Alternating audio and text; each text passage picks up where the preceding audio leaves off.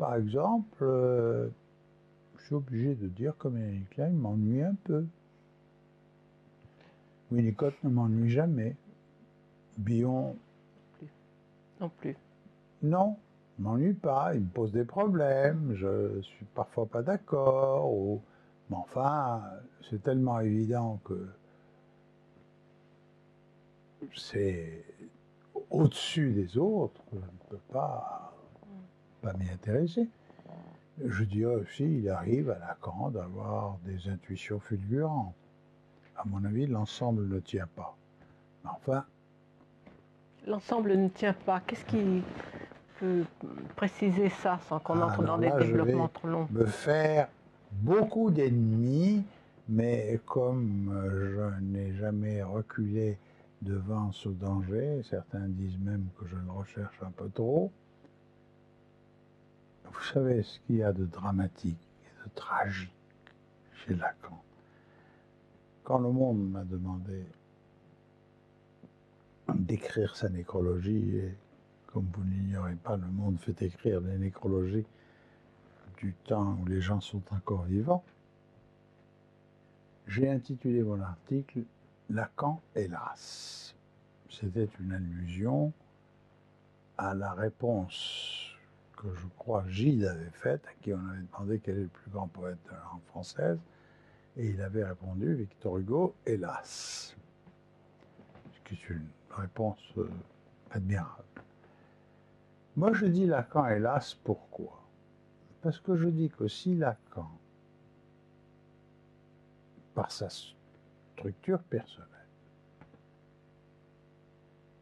avait su accepter la discipline de la pratique, et précisément ce que nous venons de dire, cette endurance,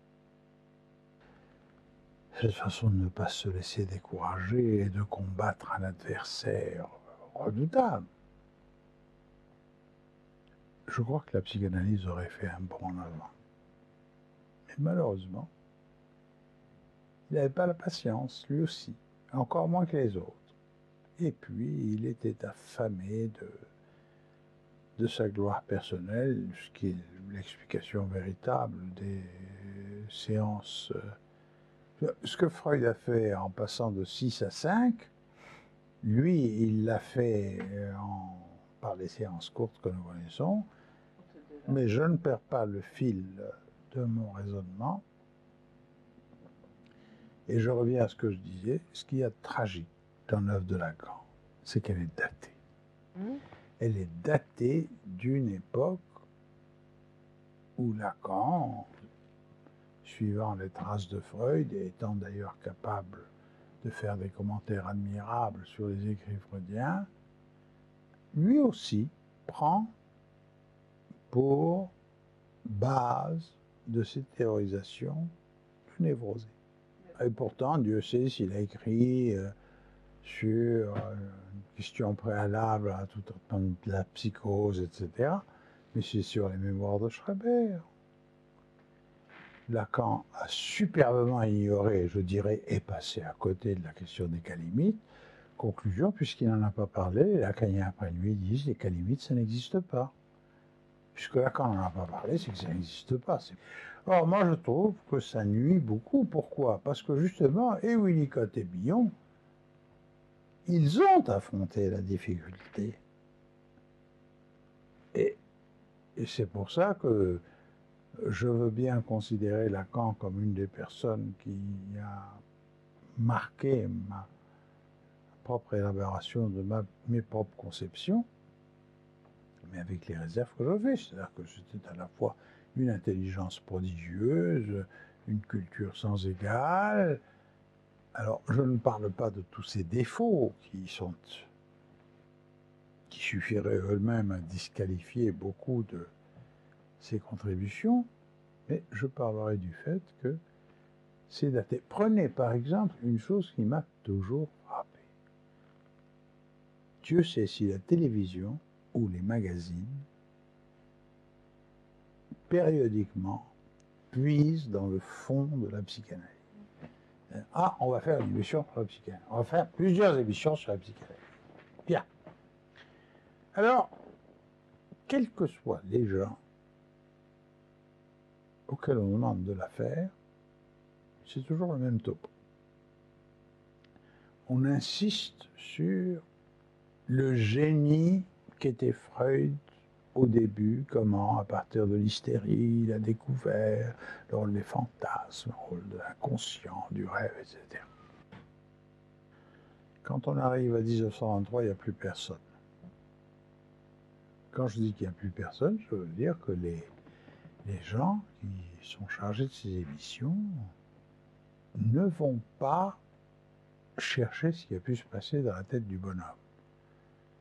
Alors, il fuit la difficulté en disant « Mais qu'est-ce que vous pensez des médicaments ?» ou « Qu'est-ce que vous pensez de l'hypnose qui revient ?» ou...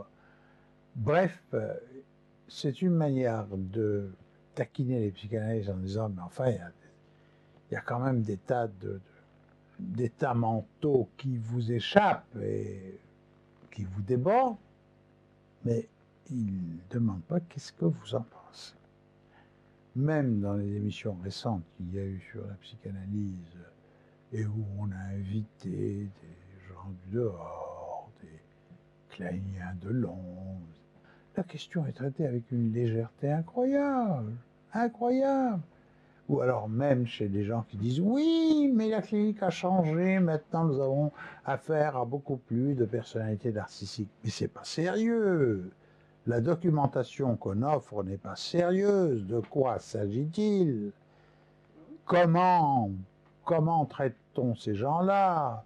Que donnent les séances courtes chez ces gens-là? Voilà une question importante. Elle ne sera pas posée. Pourquoi?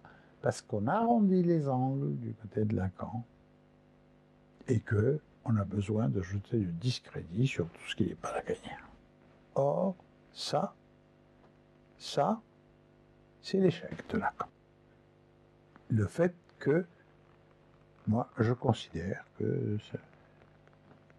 cette théorie, ses écrits, qui sont pourtant très beaux, et je pourrais citer les écrits d'un certain nombre de collègues aussi, qui ont beaucoup de succès, qui sont des feux d'artifice pour la rive gauche.